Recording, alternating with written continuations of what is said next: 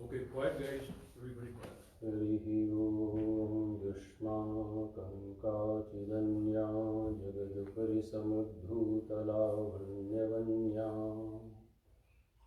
धन्या शैलेन्द्रकन्या त्रिभुवनजननी विश्वमान्या वदान्या निःशङ्कं शङ्कराङ्के तडिदिवलसिता प्रोल्लसन्ति हसन्ति विरक्षा दक्षा विपक्षा वलिविलयकरी शाङ्करी शङ्करोतु मनोजवं मारुततुल्यवेगं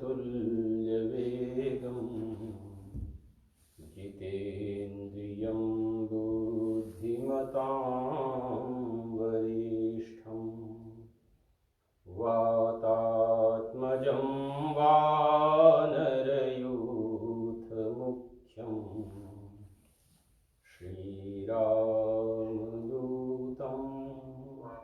शरणं प्रपद्ये। यत्र यत्र रघुनाथकीर्तनं तत्र तत्र कृतमस्तकाञ्जलिं बाष्पवारि परिपूर्णलोचनं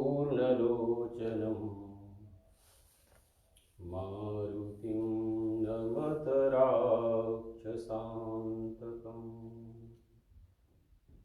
जड़चेतन जगजीवजत सकल राममय जानि बंदं सबके पद कमल सदा जोरि जुग पानि सियावर रामचंद्र जी की जय। पवन सुत हनुमान जी की जय। बोलो भाई सब संतन की जय। उपस्थित सभी समाज, आज हम लोग सुंदर कांड पर चर्चा कर रहे हैं। महीने का पहला सप्ताह रविवार। सनातन धर्म जीवन को बहुत सारे एंगल से देखना चाहता है।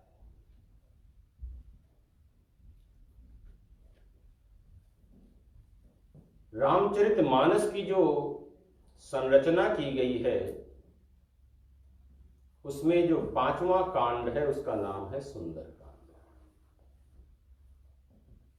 वो ये देखना चाहते हैं कि जीवन में सुंदर क्या क्या है उसकी खोज की जाए।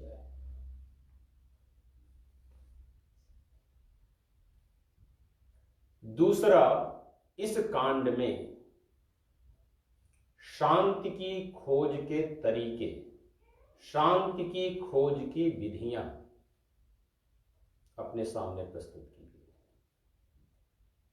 क्योंकि जो लोग भी धर्म के माध्यम से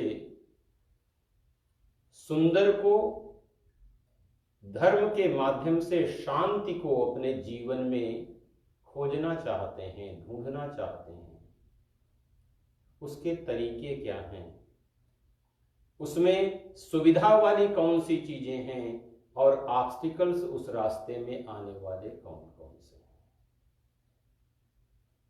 जो धर्म का सामान्य सिद्धांत है वो ये कहते हैं कि एकैव शक्ति परमेश्वरस्य भिन्ना चतुर्धा व्यवहार काले। एक ही चीज, एक ही वस्तु जब व्यवहारिक जीवन में आती है तो वो 4 तरीके से अपने सामने दिखाई देने लग जाती है। अगर हम एग्जाम्पल एक फ्लावर्स का लें, कोई उसी फूल को पूजा के उपयोग के लिए लेकर के जाना चाहता है, कोई उसी फूल को मेडिसिनल यूज के लिए लेकर के जाना चाहेगा, कोई उसी फूल को सजावट के लिए लेकर के जाना चाहेगा, कोई उसी फूल को स्वागत करने के लिए दूसरे और किसी कारण से लेकर के जाना चाहेगा। तो फूल एक ही होता है, लेकिन उसका उपयोग, उसका व्यवहार जीवन में भिन्न भिन्न होने लग जाता है। शास्त्र एक ही होता है, दर्शन एक ही होता है, सिद्धांत एक ही होता है, थ्योरी एक ही होती है। ये निर्भर करता है कि हम किस समय, किस डायरेक्शंस में, जीवन में कहां तक हम उसका प्रयोग कर रहे हैं, उस दृष्टि से विचार किया जाता है। तो जब हम सुंदरकांड की दृष्टि से देखते हैं तो इससे पहले आता है किष्किंधा कांड।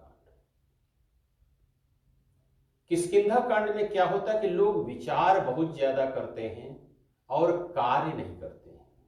विचार और कार्य के बीच में बैलेंस, कि जो हम सोच रहे हैं उसके हिसाब से हम एक्ट कर पा रहे हैं कि नहीं कर पा रहे हैं। प्रारंभिक जीवन में सुंदरता यहां से आ रही है।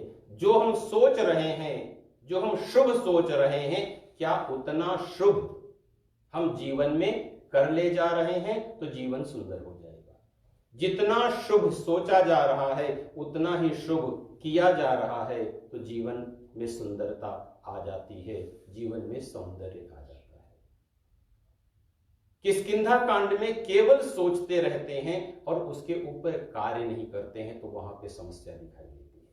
सुंदरकांड के आगे लंका कांड है, वो वहां पे सोचते नहीं है, विचार नहीं करते हैं, सीधे कार्य कर जाते हैं। तो क्या होता है कि उस कार्य का परिणाम जीवन में उतना सुंदर नहीं आता है।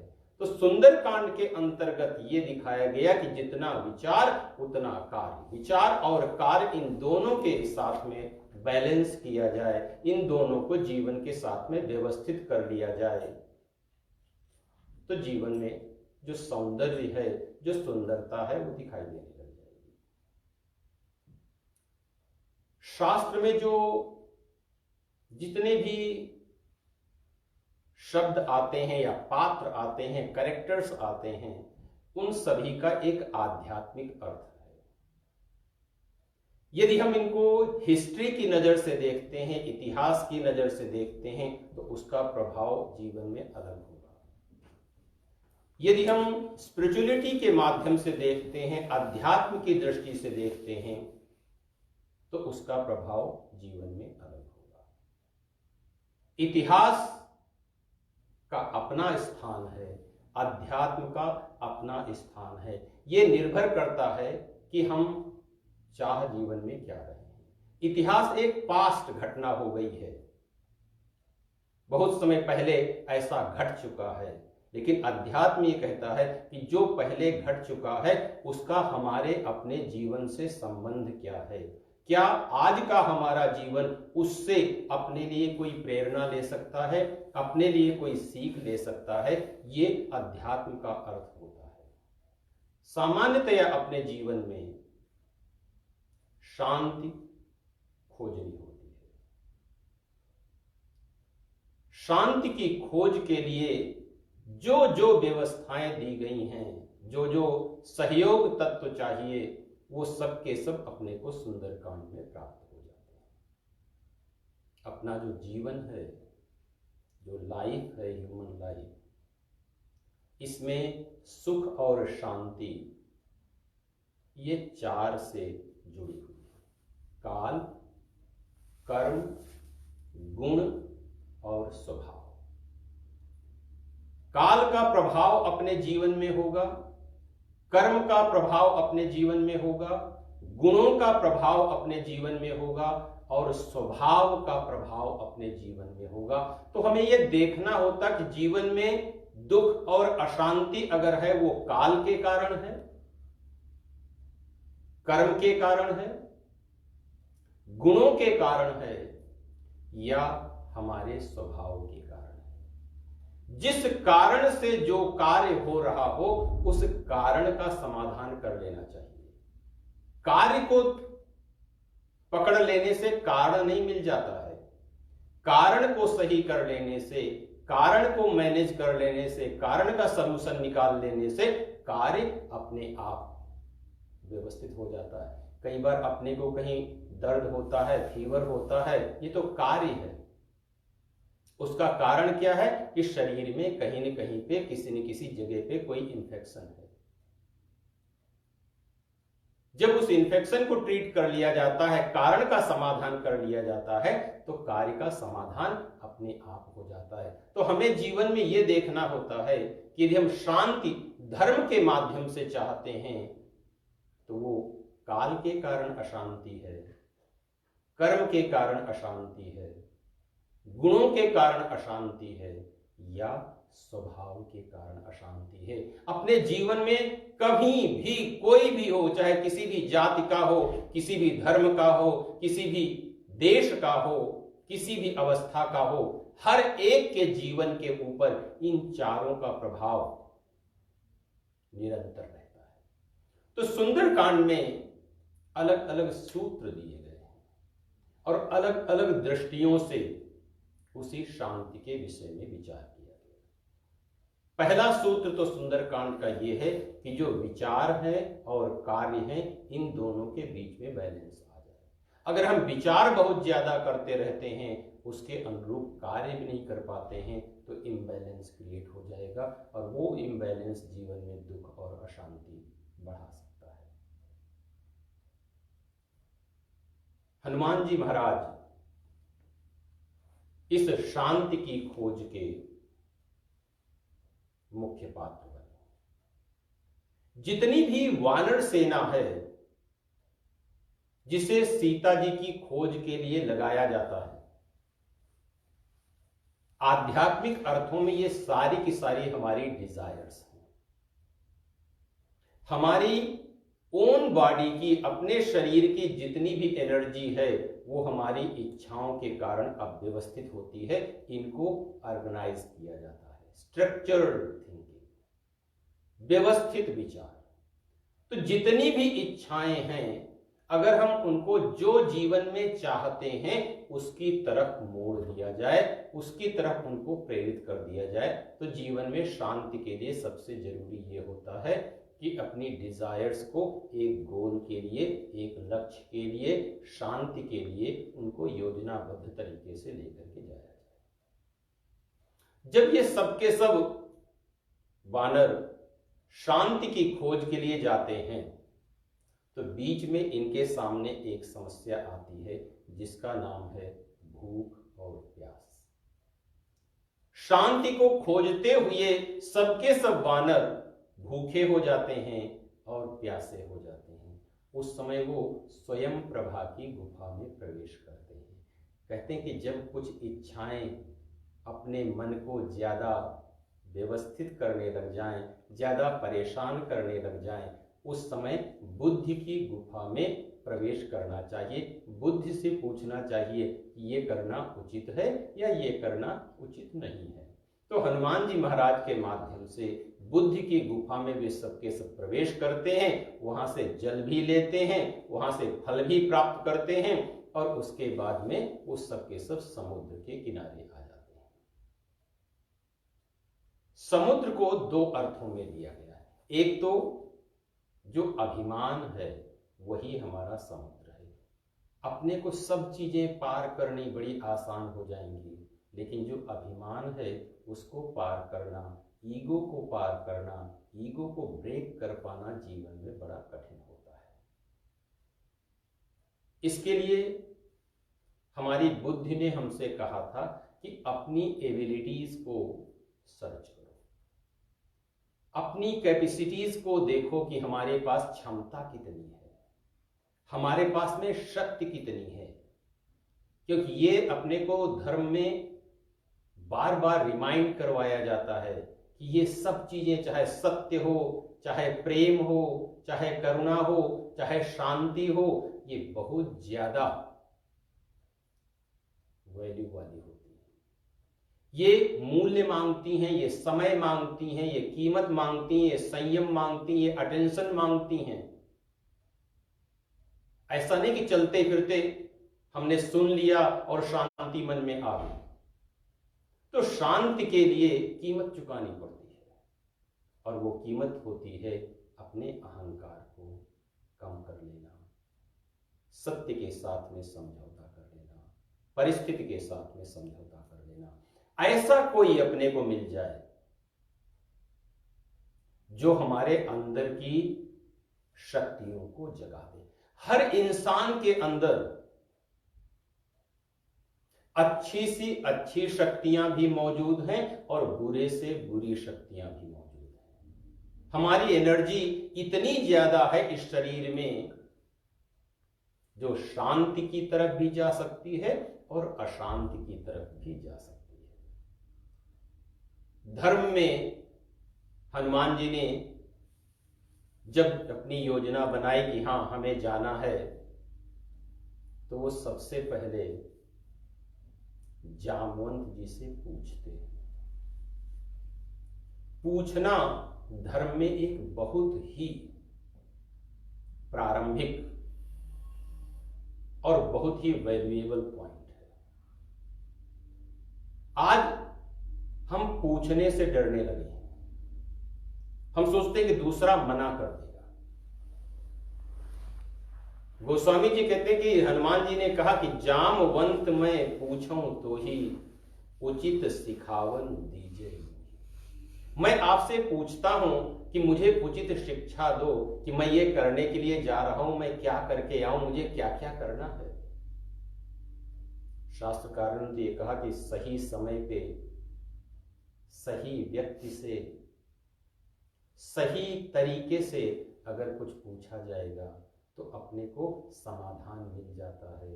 अगर सही व्यक्ति अपने को नहीं मिलता है, सही तरीके से नहीं पूछ पाते हैं, तो उसी चीज में, उसी संदेह में, उसी डाउट में अपना बहुत ज्यादा समय लग जाएगा। इसलिए जहां कहीं भी जब तक कि अपने मन को संतोष ना हो,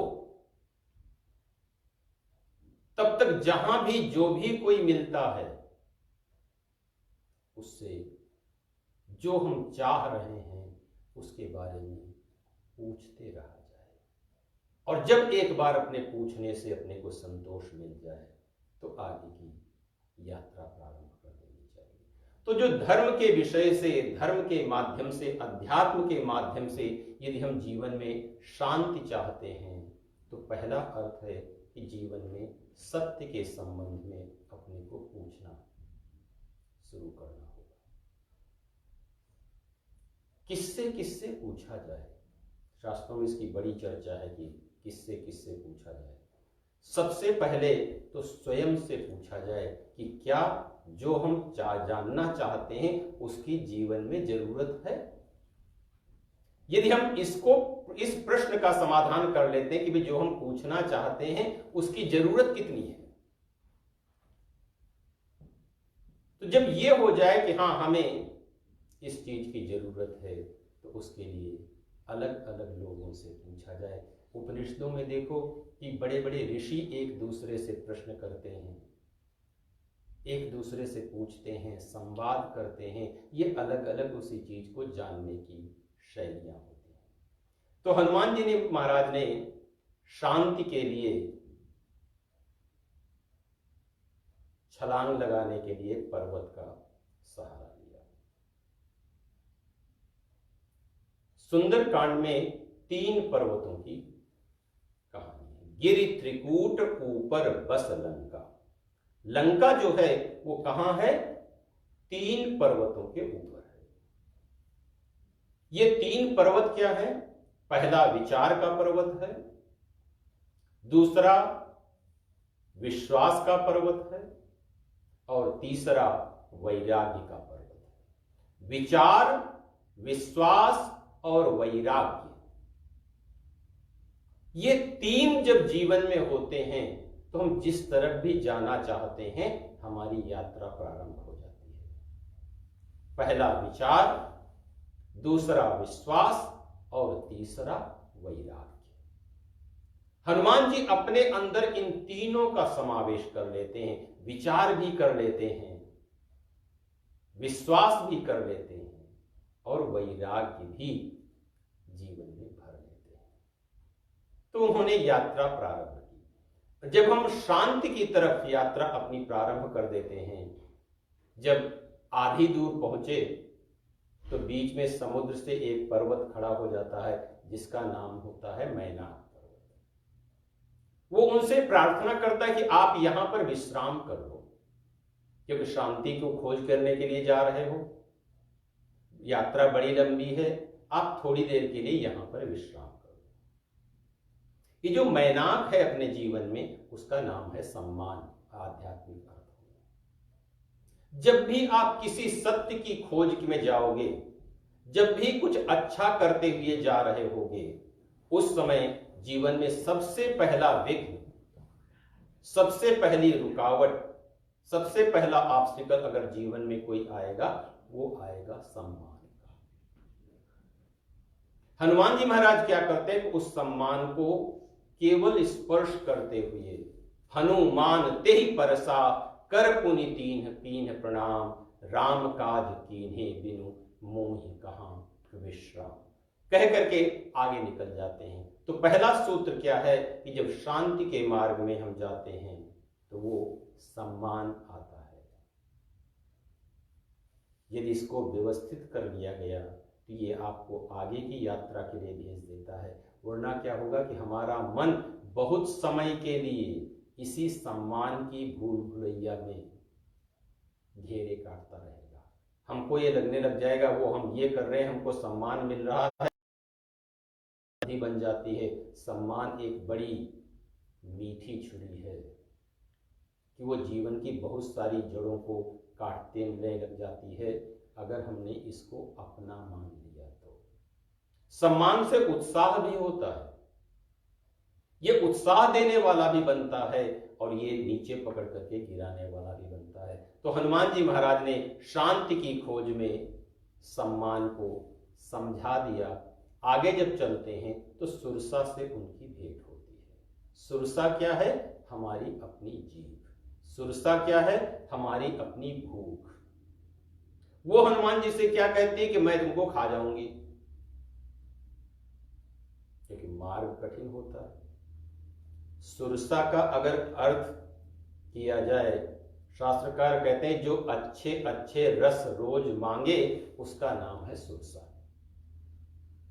जो हर रोज नए नए रस मांगे उसका नाम है सुरसा, जो है हमारी अपनी जीभ, रसनेंद्रिय। अब सुरसा बीच में खड़ी हो जाती है। कई बार ये देखो, जब व्रत करने लग जाओ, तब करने लग जाओ अपने मन की शांति के लिए, तो कौन विघ्न खड़ा करता है? कहीं हफ्ते भर के नवरात्रों के व्रत हो जाएं, उसके बाद में हमारी सुरसा क्या करती है? तो सुरसा अपना मुंह बढ़ाने लग जाती है हनुमान जी को खाने के लिए। जस जस सुरसा बदन बढ़ावा, तास दून कपि रूप दिखावा। सुरसा को मारना नहीं होता है, भूख को मारना नहीं होता है, भूख को समझाना होता है, सुरसा को समझाना होता है। ये हमारे लिए उचित है और ये हमारे लिए उचित नहीं। तो सुरसा को हनुमान जी ने बल और बुद्धि के माध्यम से समझा दिया। जितना सुरसा बढ़ रही थी उससे दूना अपना स्वरूप, अपना संयम बढ़ा ले रहे थे। और जब सुरसा ने 100 योजन का अपना मुख कर लिया तो हनुमान जी ने अति लघु रूप पवन स्तुलिन्हा, बहुत छोटा सा स्वरूप अपना बना करके अब आगे की यात्रा प्रारंभ कर देते हैं। तो शांति के मार्ग में दूसरा विघ्न जो अपने सामने आता है वो सुरसा है, हमारी अपनी जीभ। आगे चल करके तीसरा विघ्न मिलता है जिसका नाम है सिंहिका। शास्त्रकारों ने सिंहिका को अपने मन की ईर्ष्या बताया है, जेलसी बताया है। ये ईर्ष्या हमारे मार्ग को रोक लेती है। सम्मान हमारे शांति के रास्ते को रोक लेता है। हमारी भूख, हमारी जीभ हमारे मार्ग को रोक लेती है। और अगर हम इन दोनों से पार हो जाते हैं तो तीसरा स्तर आता है ईर्ष्या का। हम कंपैरिजन करने लग जाते हैं, ये सही है, ये गलत है। उसके आगे ईर्ष्या, ईर्ष्या का एक अलग शास्त्र है, ईर्ष्या का एक अलग दर्शन है। ईर्ष्या एक मनोभाव है जो कि अपने मन में पैदा हो जाता है। जब भी अपने समानता में कोई आगे पीछे होने लग जाएगा, धीरे से अपने मन में ईर्ष्या पैदा हो जाएगी। और ये दिखाई नहीं देती है, गोस्वामी जी तो इसको कहते हैं कि निशिचर एक सिंधु महराही, करी माया नभ के खग गाही। और वो व्यक्ति को नहीं पकड़ती थी, टेक्निकल पॉइंट देखो इसमें, वो छाया को पकड़ लेती थी, शैडो को पकड़ लेती थी और व्यक्ति उड़ने नहीं पाता था, व्यक्ति की यात्रा रुक जाती थी। कई बार ईर्ष्या हमारी ऊर्जा को बिना देखे हुए, अपने को पता ही नहीं चलता है कि हमारे मन में किसी के प्रति ईर्ष्या है, किसी के प्रति द्वेष है, लेकिन मन में एक गांठ पड़ जाती है। हनुमान जी ने ईर्ष्या का समाधान किया। जब ईर्ष्या का समाधान करने के बाद में ये समुद्र पार हो जाते हैं। तो यदि अभिमान को दूर करना हो, अभिमान को नियंत्रित करना हो, देहाभिमान को नियंत्रित करना हो शांति की तरफ जाने के लिए, तो इन तीन के ऊपर जीवन में धर्म ध्यान देने की बात करता है। एक तो सम्मान को सीमित कर लिया जाए, भूख को बुद्धि से समझ करके समझा लिया जाए, और तीसरे ईर्ष्या को नियंत्रित कर लिया जाए, तो हम देह के अभिमान से, ईगो से धीरे धीरे निकल जाते हैं। तो हनुमान जी लंका के बाहर पहुंच जाते हैं। गोस्वामी जी कहते हैं गिरि पर चढ़ी लंका तेहि देखी। हनुमान जी ने एक पर्वत के ऊपर चढ़ करके लंका को देखा। लंका माने प्रवृत्ति, लंका क्या है? प्रवृत्ति है। प्रवृत्ति और निवृत्ति ये दो शब्द संस्कृत में है। प्रवृत्ति माने देह और वाणी, फिजिकल मूवमेंट एंड स्पीच, इसका नाम है प्रवृत्ति। ऊपर की दृष्टि से जब हम सामान्य दृष्टि से विचार करते हैं तो अपने को जो सुंदरता इस संसार में दिखाई देती है ना, इन दो में दिखाई देती है। फिजिकल मूवमेंट में अपने को सौंदर्य दिखाई देता है, और स्पीच में, स्वीट स्पीच, अच्छी मधुर वाणी में अपने को सुंदरता दिखाई देती है। हनुमान जी महाराज विचार के पर्वत से छलांग लगाते हैं तो रास्ते के तीन विघ्न हैं, सम्मान का, भूख का और ईर्ष्या का। अब वो विश्वास की दृष्टि से शिखर के ऊपर चढ़ करके पूरी लंका को देखते हैं। गिरि पर चढ़ी लंका तेहि देखी, कि इस शरीर में सुंदर क्या है। प्रवृत्ति जो है वो हमारा अपना शरीर ही है, लंका हमारा अपना शरीर है।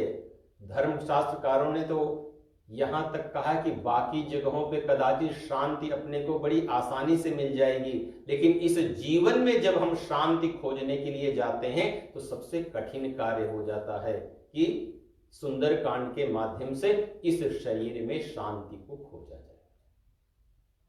तो हनुमान जी ने जब देखा तो उनको दो चीजें दिखाई दी, एक तो वाणी की सुंदरता दिखाई दी और दूसरे फिजिकल मूवमेंट की सुंदरता दिखाई दी, शरीर की सुंदरता दिखाई दी और वाणी की सुंदरता दिखाई दी। शास्त्रकार कहते हैं कि इस दुनिया में अगर सौंदर्य ऊपर की आंख से देखा जाए तो अपने को सोने में सौंदर्य दिखाई देगा और शरीर में सौंदर्य दिखाई देगा। हम जितने भी साधक विघ्नों में फंसते हैं, ऑब्स्टिकल्स में फंसते हैं, तो या तो शरीर के कारण फंसते हैं या सोने के कारण फंसते हैं। तो वाणी में सौंदर्य है और देह में सौंदर्य है। तो हनुमान जी ने सोचा कि जब इतनी सुंदरता है तो यहां पे शांति सब जगह होनी चाहिए। इसीलिए तो रावण क्लेम कर रहा कि हाँ शांति हमारे पास में है, सीता हमारे पास में। अब हनुमान जी ने ये विचार किया कि इस शरीर में प्रवेश कैसे किया जाए, एंट्री कैसे की जाए।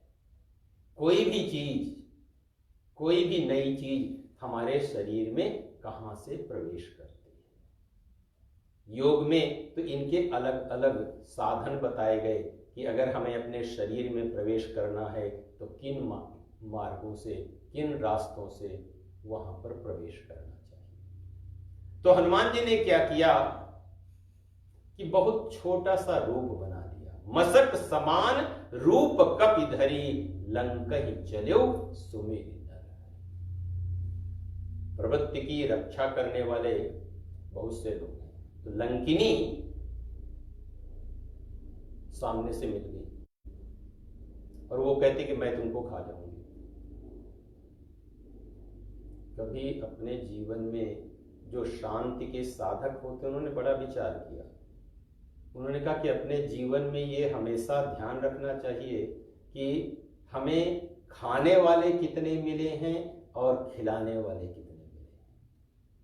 हमारे जीवन में खाने वालों की संख्या ज्यादा है या खिलाने वालों की संख्या ज्यादा है। हमें सुख देने वाले जीवन में कितने हैं और हमें दुख देने वाले जीवन में कितने हैं। शांति देने वाले तरीके हमारे पास में कितने हैं और अशांति देने वाले तरीके जीवन में कितने हैं। इनकी एक समीक्षा कर लेनी चाहिए। जिन तरीकों से जीवन में अशांति आती हो उनको कम करते हुए चला जाए और जिनसे शांति आती हो उन तरीकों को जीवन में बढ़ाते हुए चला जाए। लंकिनी जब हनुमान जी को रोकती है तो आपस में संवाद होता है और लंकिनी को समझा देते हैं। तो लंकिनी उनसे कहती कि प्रविशि नगर कीजय सब काजा, हृदय राखि कौशलपुर राजा। सुंदरता की राहें बड़ी रफ्तीली होती हैं, परमात्मा को अपने हृदय में धारण करके प्रवेश करो। हनुमान जी को यह तो पता था नहीं कि सीता कहां पे है, शांति कहां पे है। तो वो ये सोचते हैं कि जब बाहर से सब कुछ अच्छा दिखाई दे रहा है, बाहर से इसका सौंदर्य सब कुछ अच्छा है, सोना भी है और शरीर भी सुंदर है, तो हो सकता है लंका में तो घर घर शांति होनी चाहिए। इसलिए हनुमान जी ने प्रयास किया कि हर घर में खोजा जाए। मंदिर मंदिर प्रतिकर शोधा, देखे जहां तहां अगणित जोधा, गयो दसानन मंदिर माही, अति विचित्र कही जात सुनाही, शयन किए देखा कपिते ही, मंदिर महुन दीख गए। हनुमान जी शांति को, भगवती सीता को विचार के माध्यम से खोज रहे हैं। विचार से शांति जीवन में नहीं मिलती है, तर्क से अपने जीवन में शांति नहीं मिलती है, पूरी शांति नहीं मिलती है। विचार के बाद में दूसरा स्तर आता है विश्वास का और तीसरा स्तर आता है वैराग्य का। तो जब हनुमान जी सारी रात ढूंढने लगे, सुबेरा हो गया, 4 बजे का समय हो गया, तो मनमहु तरक करे कपि लागा, तेहि समय विभीषण जागा। आध्यात्मिक अर्थों में विभीषण जीव है, ये शब्द पारिभाषिक है। आत्मा भी है, जीव भी है। इस लंका में, इस लंका का राजा, इस लंका को चलाने वाला रावण है, इस लंका का मालिक रावण है या विभीषण है। विभीषण जीव है। अपने जीवन में कभी अवसर मिला तो इस जीव की व्याख्या की जाएगी कि जीव तत्व है क्या। हनुमान जी महाराज की उपस्थिति से विभीषण जग जाते हैं। राम राम तेहि सुमिरन कीन्हा। हनुमान जी का विभीषण जी के साथ में संवाद होता है। विभीषण के मन में यह भरा हुआ है कि मेरा भाई बहुत बलवान है, उसने सभी चीजों को नियंत्रित कर लिया है। और विभीषण का भाई कौन है? राम। आध्यात्मिक अर्थों में, स्पिरिचुअल मीनिंग में जो रावण है वो है मोह, वो है इल्यूजन, वो है इग्नोरेंस। अपने जीवन में इल्यूजन बुरा बड़ा है या कि जीव बड़ा है। कई बार अपने को यह लगता है कि जीव बड़ा है, लेकिन नियंत्रण किसके हाथ में है? जीवन का इल्यूजन के हाथ में है, मोह के हाथ में है। मोह जीवन को चला रहा होता है और जीव उस मोह के, उस इग्नोरेंस के अधीन हो जाता है। विभीषण जी को यह विश्वास नहीं होता है कि जो मोह, जो रावण इतना बड़ा बलवान है। इसी रामचरितमानस में तो रावण के 10 सिरों की व्याख्या कर दी गई कि जो मोह है वो रहता कहां कहां पे। कहा जननी जनक बंधु सुत दारा तन धन भवन सुहृद परिवारा, ये 10 जो हैं ये रावण के सिर हैं जहां पर मोह रहता है। अब मोह क्या करता है? वो कहता है कि मैं शांति को प्राप्त तो नहीं कर सकता हूं। ऐसा करते हैं कि शांति को चुरा करके लेकर के आ जाते हैं। कई बार ये देखो कि जो चुराई हुई चीज जो होती है ना, उससे सुख कम मिलता है और दुख ज्यादा मिलता है। तो जीवन में कहीं ऐसा तो नहीं कि हमने भी शांति को चुरा करके रखा। मोह गलत तरीके से उसी शांति को अपने अधीन कर लेता है। विभीषण को जब तक ये नहीं पता चलता है कि नहीं, मोह शक्तिशाली नहीं है बल्कि जीव शक्तिशाली है, और जैसे हनुमान जी के माध्यम से विभीषण जी को यह पता चल जाता है कि नहीं, जीव शक्तिशाली है, मोह शक्तिशाली नहीं है, तो वो तुरंत ही हनुमान जी महाराज को, सीता जी को प्राप्त करने की युक्ति बता देते हैं, तरीका।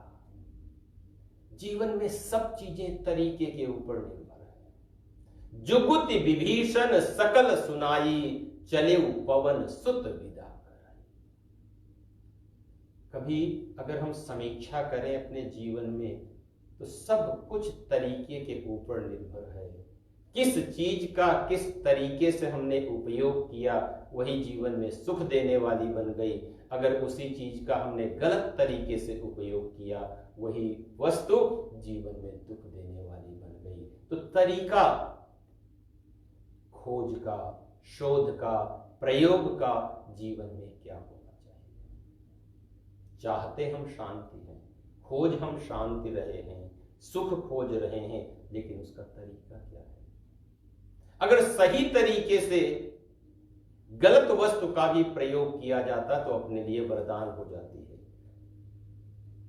और अच्छे से अच्छी चीज का, अच्छे से अच्छी वस्तु का प्रयोग अगर हम गलत तरीके से करते हैं तो वो भी अपने लिए अभिशाप बन जाती है, गलत हो जाती है। देखते हैं ना, डॉक्टर एनेस्थीसिया देते हैं, वही विष है जो कि जीवन में कल्याणकारी हो जाता है क्योंकि किसी जानकार ने उसको सही तरीके से प्रयोग किया।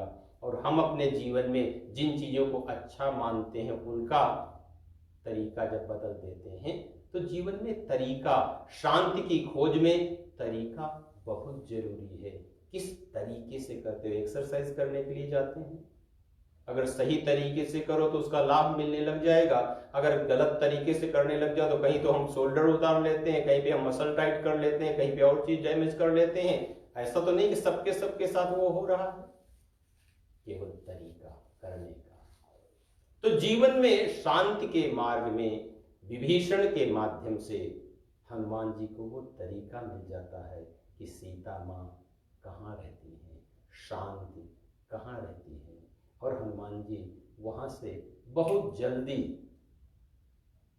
सारी रात जिनको लंका में ढूंढते रहे पता नहीं चला, लेकिन तरीका जैसे ही मिल गया, तरीका क्या करता, समय को, दूरी को, काल को, इन सब को सीमित कर देता है, नियंत्रित कर देता है। इसलिए इसी को धर्म में कहा गया विधि। विधि माने तरीका, हर चीज का तरीका है, करने का तरीका है, पाने का तरीका है, लेने का तरीका है, देने का तरीका है। विधि खोज ली जाए, जो जीवन में अपने को चाहिए उसकी विधि, ज्ञान की विधि खोज ली जाए, कर्म की विधि खोज ली जाए, प्रेम की विधि खोज ली जाए, शांति की विधि खोज ली जाए। कितनी हमको चाहिए और किस तरीके से हम उसको प्राप्त करना चाहते हैं। शांति के सामने कैसे जाया जाए, अनजान से पहचान कैसे की जाए, ऐसा नहीं कि शांति के सामने हम जाकर के सीधे अपना विजिटिंग कार्ड दे देंगे कि और कह देंगे हाँ हमारी मुलाकात हो जाएगी। शांति के सामने अपने आप को उपस्थित करने में हनुमान जी महाराज को पूरा दिन और पूरी रात लग गई। जिस समय हनुमान जी जाते हैं उसी पेड़ के ऊपर हनुमान जी बैठते हैं जिस पेड़ के नीचे सीता जी बैठी हुई है। राक्षसियों का वहां पर पहरा है, सबके सब लोग देख रहे हैं। रावण उसी समय वहां आता है। ते ही अवसर रावण तह आवा, संग नारी बहु किए बनावा। अलग तरीके से सीता को समझाने का प्रयास करता है कि ये छोड़ो, हमारे अधीन आ जाओ, हमारे तरीके से रहने लग जाओ, हमारे तरीके से सोचने लग जाओ। तब अनुचरी करो पन मोरा, एक बार दिलो। ये शांति है क्या? धर्म कहता है कि शांति का अर्थ है निश्चिंतता, बेफिक्री, एक स्टेट ऑफ माइंड जहां पर अपने को किसी भी चीज की कोई चिंता नहीं है। चाह गई चिंता मिटी, मनुआ बेपरवाह। एक अवस्था ऐसी आती है कि हम देखते हैं कि वो हमने कपड़े ठीक से पहने कि नहीं पहने हैं, और एक ऐसी अवस्था आती है कि अपने को कपड़ों का ध्यान ही नहीं रहता। तो जो शांति है उसका नाम है निश्चिंतता। जितनी ज्यादा चिंता होगी उतनी ज्यादा अशांति होगी, और जितनी ज्यादा निश्चिंतता होगी उतनी ही ज्यादा जीवन में शांति होगी। जीवन में निश्चिंत होने के तरीके शांति की खोज है। वो काल के माध्यम से की जा सकती है, कर्म के माध्यम से की जा सकती है, गुणों के माध्यम से की जा सकती है, और स्वभाव के माध्यम से की जा सकती है। फिरत सदा माया कर फेरा, काल कर्म स्वभाव गुण घेरा। हमारा जीवन चारों तरफ से इन्हीं चार के माध्यम से घिरा हुआ है, जकड़ा हुआ है, पकड़ा गया है। तो हनुमान जी महाराज बैठे बैठे ये विचार करते रहे कि मैं कैसे अपने आप को शांति के समक्ष प्रस्तुत करूं, शांति के साथ में कम्युनिकेशन कैसे किया जाए। तो कहा रामचंद्र गुण वर नहीं लागा। परमात्मा के नाम का सहारा लिया। धर्म में जहां कहीं भी व्यक्ति उठने लग जाता है, भक्त घबराने लग जाता है, तो नाम का सहारा ले लेता है। नाम से उसको आत्मबल मिल जाता है, सेल्फ कॉन्फिडेंस विकसित होने लग जाता है। तो नाम के माध्यम से हनुमान जी महाराज ने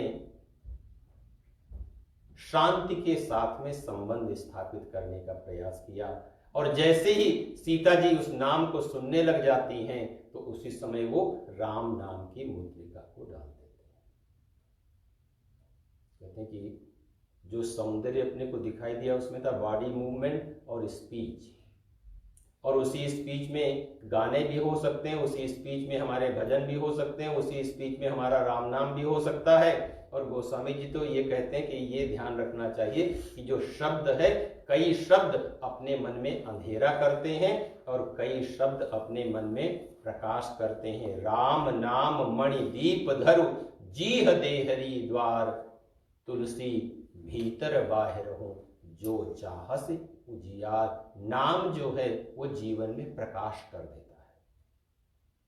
तो सीता जी से हनुमान जी का परिचय हो जाता है, संदेशा दे देते हैं, और उसके बाद भी भूख लगने लग जाती है। जो भूख है वो अपने जीवन की बड़ी समस्या है। भूख क्यों लगी हनुमान जी को? क्योंकि वहां पे उनके सामने एक नई स्थिति पैदा हो गई। जब हनुमान जी वृक्ष के ऊपर बैठे हुए थे, वृक्ष माने कर्म, आध्यात्मिक अर्थों में जो जितने भी हमारे कर्म है ना, वो वृक्ष। परमात्मा जब भी अपने जीवन में कुछ भी लेकर के आएगा, वो कर्मों का सहारा लेता है। वो हमेशा अपने को वृक्ष के पीछे छिपा हुआ दिखाई देगा। बाली को जब बाण मारा जाता है तभी वृक्ष के पीछे से छिप करके मार रहे होते हैं। तो कर्म जो है वो वृक्ष है, और इस कर्म के फल हर एक के जीवन में आते हैं, चाहे अच्छा हो या बुरा हो। तो हनुमान जी ने जब माता सीता के साथ में संबंध करने की सोच रहे थे, उस समय त्रिजटा ने अपना सपना सुना दिया। उसने कहा, मैंने इस रात में सपना देखा है कि एक बंदर आया है, उसने लंका को जला दिया है। हनुमान जी इतने विवेकी हैं, इतने ज्ञानी हैं, इतने गुणी हैं। हनुमान जी ने कहा कि वो मुझे तो इसके बारे में कुछ बताया ही नहीं गया था कि जाकर के तुमको लंका भी जलानी है, और अब यहां पे हमें मैसेज दिया जा रहा है कि एक बंदर आया है और वो लंका को जला रहा है। और हनुमान जी ने सोचा कि अगर हमसे कल को पूछ दिया कि लंका किससे पूछ करके तुमने जलाई, तो हनुमान जी ने माता सीता से पूछा कि मैया मुझे भूख लगी है, क्या यहां के फल खा लें? सीता ने बड़ा सुंदर उत्तर दिया, मैं तुमसे कहती तो फल खाने के लिए, लेकिन इन फलों की रखवाली करने वाले यहां बहुत सारे राक्षस हैं। हर फल में शुगर खा लो, उसकी रखवाली करने वाले हैं, घी खा लो, नमक खा लो, हर फल की रखवाली करने वाले लोग बैठे हुए हैं। हनुमान जी ने कहा, मुझे उनका डर नहीं, मैं एक्सरसाइज करता हूं। तिनकर भय माता मोहि नाही, जो तुम सुख मानहु मन माही। तो हनुमान जी जैसे फल खाने के लिए जाते हैं, क्या करते हैं? वो साथ में तोड़ना शुरू करते हैं, कर्म को नियंत्रित करना शुरू करते हैं, कर्मों को जीवन में कम करना शुरू करते हैं। युद्ध होता है और हनुमान जी को बांध लिया जाता है। किससे बांधा गया? ब्रह्मास्त्र के माध्यम से। ब्रह्मास्त्र क्या है? विचार। हर इंसान, हर मन अपने ही विचारों से बंधा हुआ है। हिंदू अपने विचारों में बंधा हुआ है, मुसलमान अपने विचारों में बंधा हुआ है, सिख अपने विचारों में बंधा हुआ है, क्रिश्चियन अपने विचारों में बंधा हुआ है, यंग अपने विचारों में बंधा हुआ है, ओल्ड अपने विचारों में बंधा हुआ है। हर व्यक्ति, हर मन, हर व्यक्ति का व्यक्तित्व, हर पर्सनैलिटी अपने ही विचारों में बंधी हुई है। हमारे विचार ही बंधन होते हैं। हनुमान जी को मेघनाद के द्वारा बांध लिया जाता है और रावण के पास में लेकर के जाते हैं। रावण की बड़ी विचित्र सभा है। रावण माने मोह, इग्नोरेंस, इल्यूजन, जो भी कहना चाहो। उनसे ये पूछता है कि तुमने फल क्यों खाए? हनुमान जी कहते भूख लगी थी इसलिए फल खाए। राक्षसों को मारा क्यों? कहा कि वो मुझे मार रहे थे। खायो फल प्रभु लागी भूखा, कपि स्वभाव ते तो। शास्त्रकारों ने यह कहा कि जो भूखा व्यक्ति होता है ना, वो जीवन की कोई ऐसी बुराई नहीं होती है जो वो करने के लिए तैयार ना हो। बुभुक्षिता किम न करोति पापा। एक रोटी के लिए, आधी रोटी के लिए बड़े से बड़ा पाप करने के लिए ये मन तैयार हो जाता है।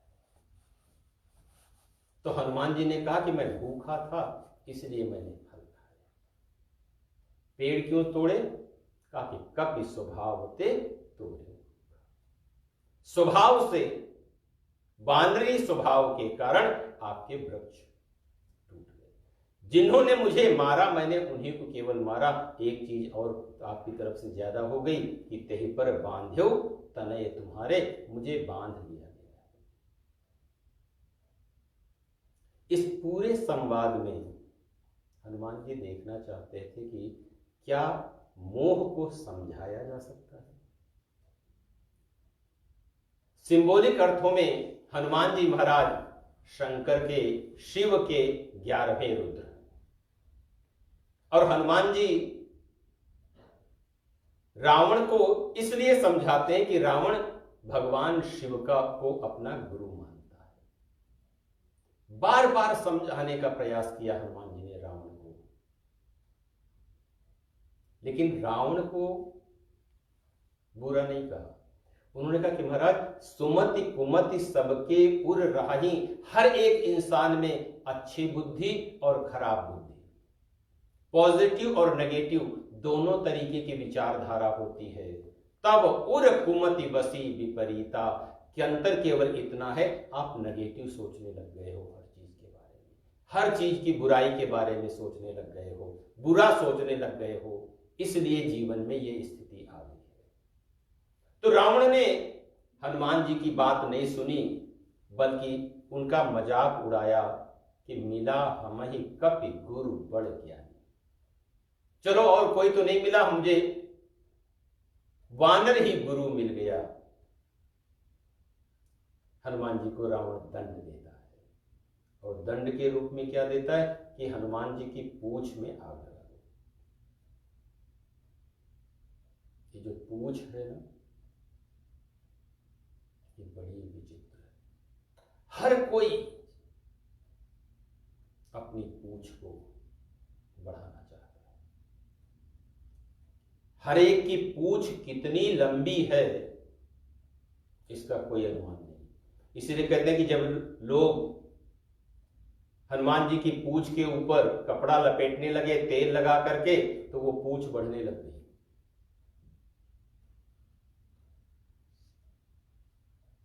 हर एक के जीवन की ये पूंछ है, और ये पूंछ ही हमारे अपने जीवन में आग लगाने का काम करती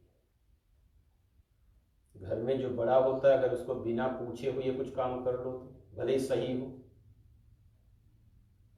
तो जो पूंछ जीवन में कहीं आग लगाने वाली न बन जाए, इसके लिए सावधान रहना होता है। हनुमान जी ने जब लंका को सब तरफ से देख लिया कि ये जो बाहरी सब चीजें हैं, जिन जिन चीजों में हमने सौंदर्य देखा, जिन जिन चीजों में हमने अच्छाई देखी, उनमें वो चीज नहीं मिली, तो हनुमान जी ने लंका में आग लगा दी। जिस शरीर को हम सुंदर कह रहे हैं, उस शरीर की भी परिणति अंतिम में क्या होती है? अपने ही चाहने वाले इस शरीर में आग लगा देते हैं। इसकी अंतिम परिणति भस्म ही होती है। भस्मांत गुण इदम शरीर। तो हनुमान जी लंका दहन करते हैं, सीता जी से पुनः संवाद होता है, और चूड़ामणि लेकर के समुद्र के इस पार आ जाते हैं।